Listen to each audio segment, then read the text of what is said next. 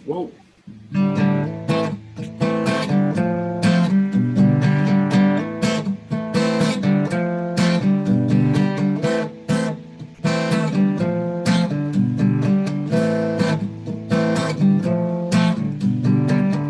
All along the watchtower, Princess kept the view. Whoa, man, we're live. HFR, just ripping a little all along the watchtower as Hurricane Ian making landfall on the west coast of Florida. You got it right there, Matt. Not a sponsor, windy.com, but for sure a fantastic website if you like to be on the watchtower and watch a storm roll in. Over your right shoulder looks like Van Gogh weather to me. You know, two things when you just said that. It does. It does. And if we screenshotted it and turned it into an NFT. Film this thing right now. I'm doing it right now. I'm screenshot it because maybe Logan Paul will buy it for $600,000. Right. And it's put this thing for sale. Put this thing for that. Yeah. $600,000 he spent on an NFT. Oh my God! That was like watching Tracy, what's his name, Tracy Morgan on the Monday night broadcast with the Mannings. I didn't see it. He drove up in let's see, it was Jimmy Kimmel was on Fox halftime with. Yeah, Joe. I know. I mean, it's so that was bad, and he was talking, and Tracy Morgan was doing a full pump that night because he was on his show coming up, Kimmel's. And then he was also on the Mannings, right? So I guess they had nobody else but Tracy Morgan, which you should never have on live TV, by the way. He's scary. Anyways, Kimmel said he pulled up in a yellow Lamborghini, which shows you how little Kimmel knows. He came on Mannings and they said, so I heard you pulled up in a really nice car. And he's like, oh yeah, I was just with the president of Ferrari. I just bought 3 new Ferraris. No. Longplex Trader will tell you that is blasphemy. Well, but Ferrari, Lamborghini. Exactly. You do not call a Ferrari a Lamborghini. So it shows you do not. What a schmuck Jimmy Kimmel continues to be. And I refuse to watch anything Jimmy Kimmel does. Such a tool. Tool. Matt, as we but again, I get it. Like his livelihood depends on this theme that we're going to continue to talk about in the show today. His livelihood as a late night guy depends on what, Bob? It depends on pharma advertising. Big pharma. Yeah. We talked about it yesterday. Folks, when you read news and when you watch shows, Colbert, Kimmel, understand how their toast is buttered because that's all that matters.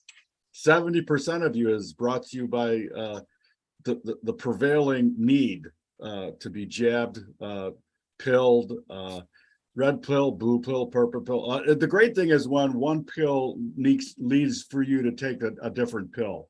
I mean, they're really working the market then, right? Mm-hmm. Hey, what do we got you on? Oh, since you're on that, you need to be taking this too. Oh. Well, and should the Viagra blue pill be blue anymore with the way the blues with Biden as your president? No, probably shouldn't be.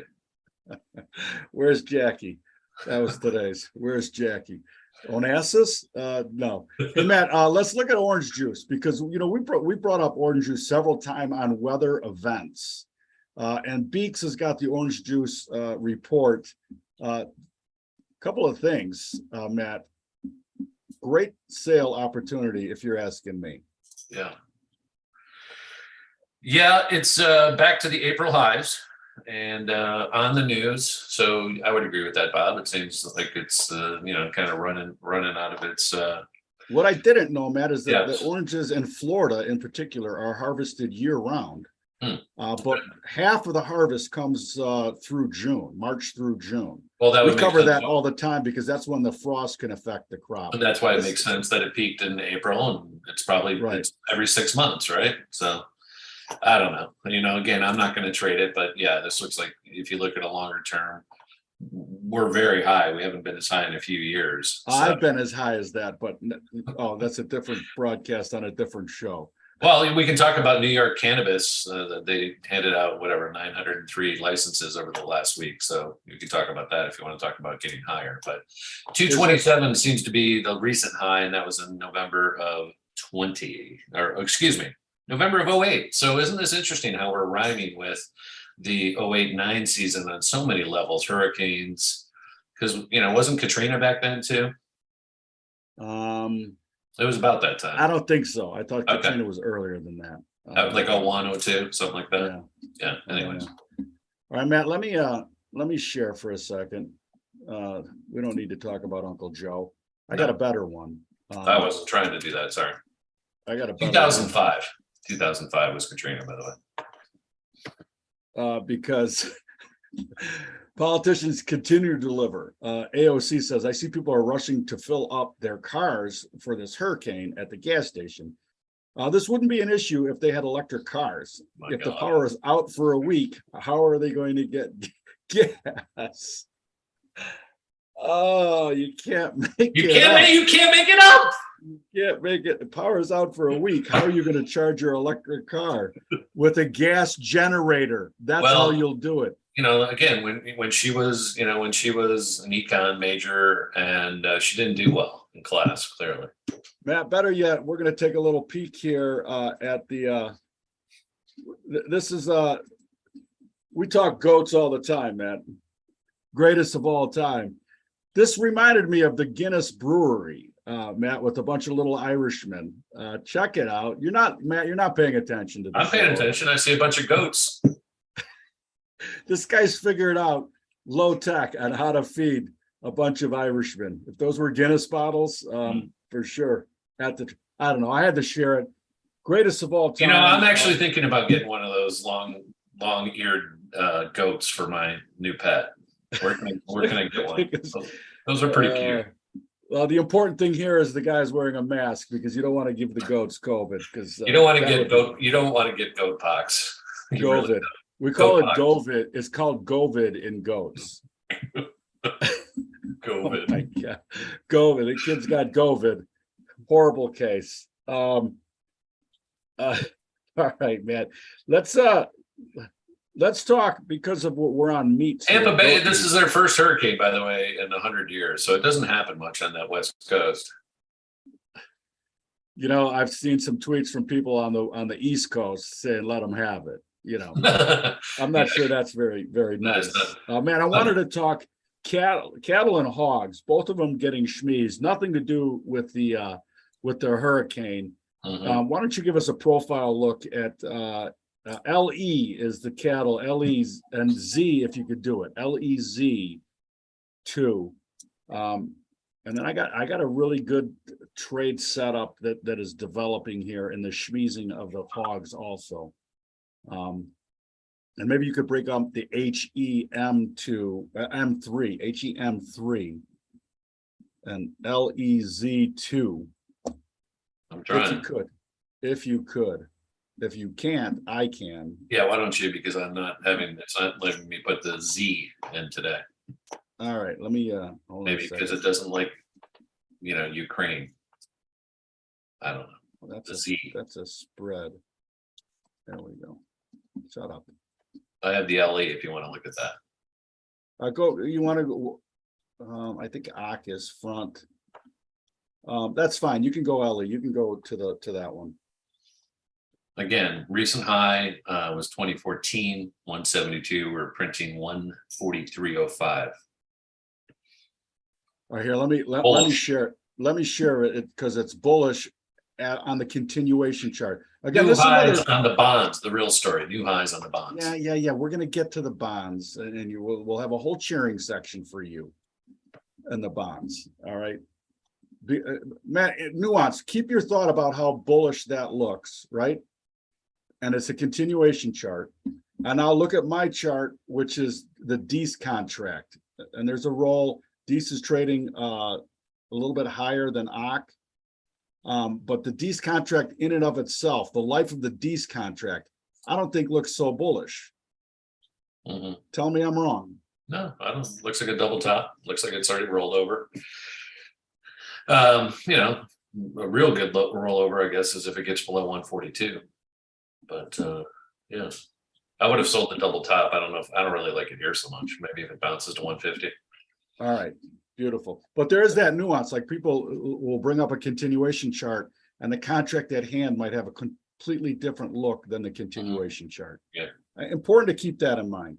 All right, Yeah. the other one I want to look at, Matt, is the, let me just bring up the June hogs. And again, it has just gotten destroyed.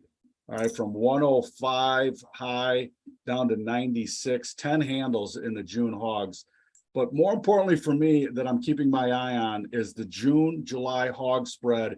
It's trading 27 now. When I bring it up, it doesn't even look like anything because this is what it does.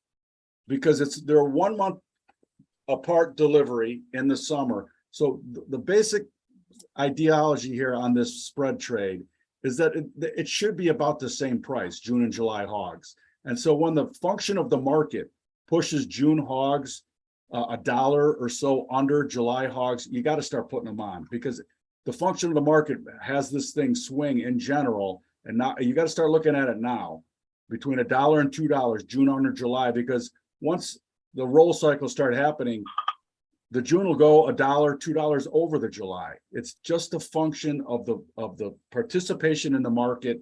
It really has nothing to do to fundamentals, as 4 weeks in the summer generally doesn't mean that much in hogs. I just wanted to bring it up. You know what? You can't hear this, but the video of the goats in the background is still playing in my ear. And I don't know about if you've ever heard goats, they sound like they're saying Matt, you, Yes. in a very distressed way. Matt. That's why I need one. That's why I need one. So I can tell everybody. Dude, if you had a goat, you'd be looking over your shoulder, left, right, and center. Yeah, but I'd be telling, I could tell everybody I trained him to say that. So. All right, Matt, let's talk bonds, because cheerleader from Matt, he and actually this is really a good thought process too as a trader. You had the feeling it was going to find a bottom. No, not feeling. Not a feeling. The profile was telling you this thing is really, and you tried to participate and find that yesterday, and to know good result P&L wise. No, and unfortunately, I didn't say this to you. I wish I had said this to you, but I figured they would wash them out in Europe, and they did. They actually traded right, on the open to the low, and they went down to 133.27. Bring it up. We don't see it, and we're talking a UB. Okay. Yeah. UB 40. Yeah, we're talking the levered bonds, because if we're going to get juiced, we might as well get juiced. So yesterday, we opened up here, we were a little higher than we were the day before. The low was right here, 137.19. They blew through that. I started buying down in here probably around 135, and I got chopped and bludgeoned. I figured they'd rally it, but sometime by the end of the day, I was wrong. But as I told you yesterday, I'll be back in, and I literally waited until midnight, and I was like, sweet, this is exactly what I want to see. I bought 134. And by the way, midnight our time is already an hour into the trading day in Europe. Correct. Yeah, it starts around 11. So here's what happened. They took it whoosh right down, right? And that found a bottom, and then it spent the next 3 hours finding a bottom, and then the British banks decided to play more intervention, more QE. Well, not only that, they QE'd it, and it was the auction, and the Bank of England bought a fifth of the auction. Yeah, they're offering it and they're buying it, and most people would call that a Ponzi scheme. But the ultimate insider game. If you've ever seen one, but whatever. I'll take it for what it is, and it's a trade today. And again, I bought some more when it pulled back, because the profile just said we're not going to get below that after all that news. After that news, by the way, which got you this spike, just buy it. And that was, again, before the market technically opens at 5 o'clock. So 445 was the low on the U.S. market. Also, we just took out yesterday's high of 39.08, got up to 39.11, and now they're selling off a little bit. They've come off about 14, 15 points, because now retail just got involved at the breakout of yesterday's. It's the same shit. Like greed. Now, after you've seen the 7-handle move, it's not the time to buy, even though it took out yesterday's high. Well, so not only that, that is a giant move. It covered the profile that had been in for several days. If you're not taking profit there, again, bulls, bears, and pigs. Well, and man. again, you look at this weekly, right? And it's just coming up to an area where it's going to run out of steam regardless, which is right up to about 141. So it likely will do that. I would definitely be a buyer of pullbacks. But for me, Bob, it's going to have to be, considerable pullback. And the same thing happened on the Nasdaq. The Nasdaq was even, but this sets up and to tell the story about the Nasdaq, because for me, the Nasdaq was an even easier trade because the bonds had already moved early, and the Nasdaq did too. But here, the Nasdaq bottomed again. Actually bottomed at the time when the Brits announced that move. So that happened right at 3 a.m. our time. That was the low on the Nasdaq. I did not get involved in the Nasdaq until about here, right around that same time I got involved in the bonds. So I wanted the bonds to prove it. Then I bought here like the 2.25 area, and now we're all the way up here to 500. But here is what was hard. Like if you don't think about the game in 3 time zones: open, close, Asia, open, close, US, open, close, Russia, or European. Nicely done. It's coming to a European nation for you. Anyways, but this was the time. So if you didn't buy down in here, and you're an open market trader, well, the breakout came here on the 7 o'clock hour. Basically, the high was 340. We got all the way up here to 372. So most people got on board. It quickly then reversed 100 points, Bob. 100 points. So most of those breakout traders all got washed out, but there was no reason to sell here if you're paying attention to what happened overnight, and you're paying attention to the overall profile of the last couple of days. And I'm going to show you that right here. So here's that push up, the push down, which happened to hold above yesterday's low, right? So if you really wanted a good low for that move, maybe under 220, you get a little scared, but I was already long from that 220 level, so I didn't really care. But even if you started here, you needed to be buying that 100 points down, because this profile says it's not going to go down below 200 basically. And then from there, it's ripped 300 points. So again, some days, and again, the bonds gave you the green light, right? The bonds gave you the green light. And that is how trading, like when you're at these pivotable moments like this was, it just felt like it was washing out yesterday. Hey, University of Michigan, I'm pretty sure it's pivotal, not pivotable. Yeah. But anyway, we'll go to the tape. And I was not an English major. Apparently, pivotable.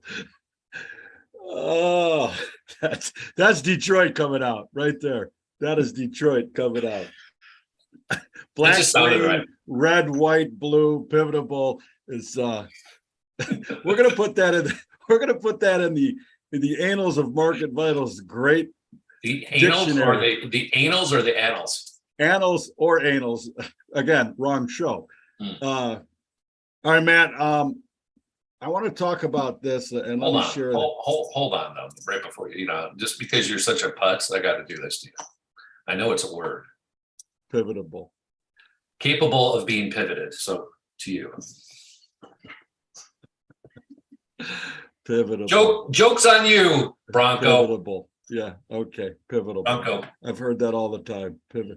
Pivot able, but you were trying to say pivotal. And no, I was trying to say pivot able, and I was totally right. Yeah. Okay. What are you talking about? Go back to the. We're going to go back to the tape. All right. And pivotable.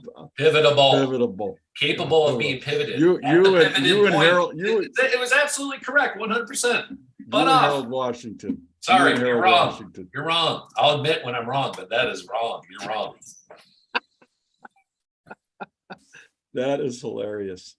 All right, Matt. Pivotable. Find the shared in the network by you. You just had a pivotable moment. I pivotable right here to Mail Online. Live Golf will. So how about this? Live Golf will buy airtime on Fox Sports after NBC, CBS, ESPN, Apple, Amazon, the shopping network, and everybody else passed on giving them a contract. Matt, the way I understand this then is if Fox Sports or NBC or CBS or ESPN or Apple or Amazon gave them a contract, they would pay them for the content, right? And then the way I'm understanding this is they pay them for the content, then they go sell the advertising, and hopefully they didn't pay more for the product than they can collect in advertising. And possibly, I'm not sure on this, one, you buy the airtime, then you get to sell the advertising, and the risk is all on you. They flip the risk here, is the way I'm looking at this. Funny how all of the networks, which are all in line with pharma, we got to keep coming back to that. 70% of the revenue is from big pharma, 70%. The only one that would 17, 70. 70. The only one would give them at least the opportunity to put their product on is Fox Sports, which is privately held. So the Murdochs said to themselves, you know what? We're not going to piss off our advertisers. We're just selling airtime. We're selling airtime. We're not going to go to an advertiser and say, do you want to buy airtime for this live sport event? I don't know. I think it's very interesting on how markets work, how free enterprise works, and how all of it is fairly commingled at this point of our lives, especially in media. Very interesting. I don't know. I thought we'd bring it up. We wanted to go to some price discovery and well, you know, look at Fox itself, but it is privately held. So I'll do this for you. Let's look at Disney, just because, you know, that's one we can look at. And Disney owns obviously ABC, all the Jimmy Kimmel networks, ABC, ESPN, etc. And then who owns and it's been such a moving target, but who owns NBC since GE got rid of it? I don't even know. Do you know? Hold on. No, but I will bring up, you know, you could bring up Apple or Amazon or anybody else. Yeah, but they're not really big networks. I'm drawing up. I got Disney up here, and again, Disney recent high of 117, just bottomed yesterday. Isn't it amazing how everything, you know, is finding a little bottom on the bond news yesterday? Down to 95, up 3% today. Again, we're oversold. I would not be surprised to see a bounce overall in the markets for a few weeks. Again, we're getting, you know, kind of like every 2 months. I mean, 2 months puts us back to October 15th. So I think between now and October 15th, we may find a temporary bottom and maybe rally through the end of the year. I wouldn't be surprised to see that. Regardless of whatever is happening in the election world. By the way, Disney bottomed at 90, so it didn't even get as low, or rather, yeah, right around 90. Didn't even get as low this time. But that's a pretty thick profile here that if 90 holds, again, if you wanted an opportunity to buy Disney, and 79 was the low of the COVID low. So pretty close there, pretty close for Disney. We got all the way down to $10 off of where it was at COVID from 200. So, you know, a market cap now, so it's been sliced in half from 350 million down to 180. That's serious. That's some serious loss of, you know, revenue. Especially in a giant company. I mean, yeah, it's so insane. You know, that just tells me that, you know, again, the consumer is continuing to be weakened, and this continues to play out in not such a pretty way. Now, we did talk about Apple, and I will bring up Apple, nothing to do with television per se, but that 150 level that we've been talking about. I don't know if you saw this morning, but Apple I don't even know what the news was. They must have warned, because the stock gapped down, and it gapped through that 148 level that we've been talking about. Look at that. Floors and ceilings, Matt. Right through it. And now it's tested it just now, and now it's falling, rolling back over again. So again, we talked about these key levels. Isn't it interesting that now that the market wants to rally, Apple has decided to come out with their news and not be so, you know, contributory in its NASDAQ. So again, think about how big would the NASDAQ be if Apple were up today, right? Pretty wild to think about, because, you know, the NASDAQ is straight up here, up 161 points. trading here at 500, almost the high spot of the week, the last week of trading. So it's interesting. I think that all this is happening. Again, if you're not confused by the confusing world, especially trading is always hard, but it's getting more and more difficult. So you better know what you're doing, because the game is getting very convoluted and very tricky. Matt, Comcast owns NBC. Comcast, I believe. All right, what else do we have to cover here? I thought you wanted to talk. You talked about the live golf. Baseball. We're running it. The Yankees clinched the East last night in Toronto, so they will represent the NL East. Really, they finally got it together there at the end of the year. You have any thoughts on baseball and where we are coming into the end of the year? It's got to be October before I talk baseball. Okay, all right. And then this weekend again we'll prelude tomorrow. We'll probably have a Thursday night game, but college football this week, Thursday. Tomorrow we got South Carolina State, South Carolina, and then we got the Battle of Utah, BYU and Utah State. So a couple in-state civil wars going on. Should be good games. And Michigan, do they travel to Iowa? Michigan's at Iowa, Kentucky at Ole Miss. That's 7 versus 14. You have Oklahoma, TCU. Oklahoma washed themselves out last week. TCU still looks good. Purdue at Minnesota. Minnesota, nobody's still talking about. They roll the boat. PJ Fleck. No, we got to talk about that a little bit, because they rolled Michigan State at Sparta. Like, they destroyed them at home in East Lansing. Just made them look like chumps. They made them look like little bro of old. And Minnesota of old, like the last time Minnesota was this good, we were in a depression. Wait a second. I mean, that is amazing. Minnesota has 1930s. They owned football. They owned college football. Yes. So again, a lot of rhythm and rhyming going on in the world today versus the 30s, and make the Gophers great again. Michigan wouldn't have to play them until the final of the Big Ten championship. I did notice that. Actually, they do not play Ohio State or Michigan. They have Penn State. They have a couple other tough games, but they for sure don't have to play either of those. Well, they wouldn't have to play them until the final of the Big Ten. Exactly, till the final, which would be. I mean, are they undefeated? Yeah, it's kind of sad, because I'm a big fan. Really, I think the greatest college trophy game of the year is still the Brown Jug. I mean, that's talk about the original, like, trophy for a game, right? Do you know the story of the Brown Jug? I do not. Michigan, Minnesota, though. Yeah, so Michigan left their water jug the year before, and Minnesota said, "Come on up and play us for it. We're not giving it back to you." As you should. And that's the way that the Brown Jug started, and that's how the Brown Jug restaurant started in Ann Arbor, and everything. It's you can't beat that shit. Again, pro football doesn't have that history. It just doesn't have that history. I mean, they try to every time the Bears play the Packers, but I'm sorry, but they don't. They don't.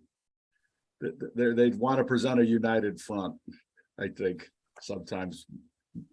By the way, just so you know, that game was 1903. Yes, a long time ago. Long time ago, and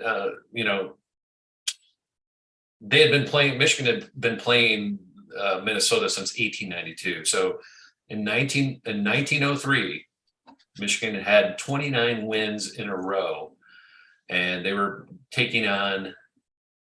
They were 10-0, and they went to Minnesota, and Yost. It says right here, Yost had a moment of paranoia, fearing shenanigans or tampering by their rivals. So he ordered the student manager. What are they going to do? Hold on. So he ordered the student manager to purchase a jug of water for his team at a local shop.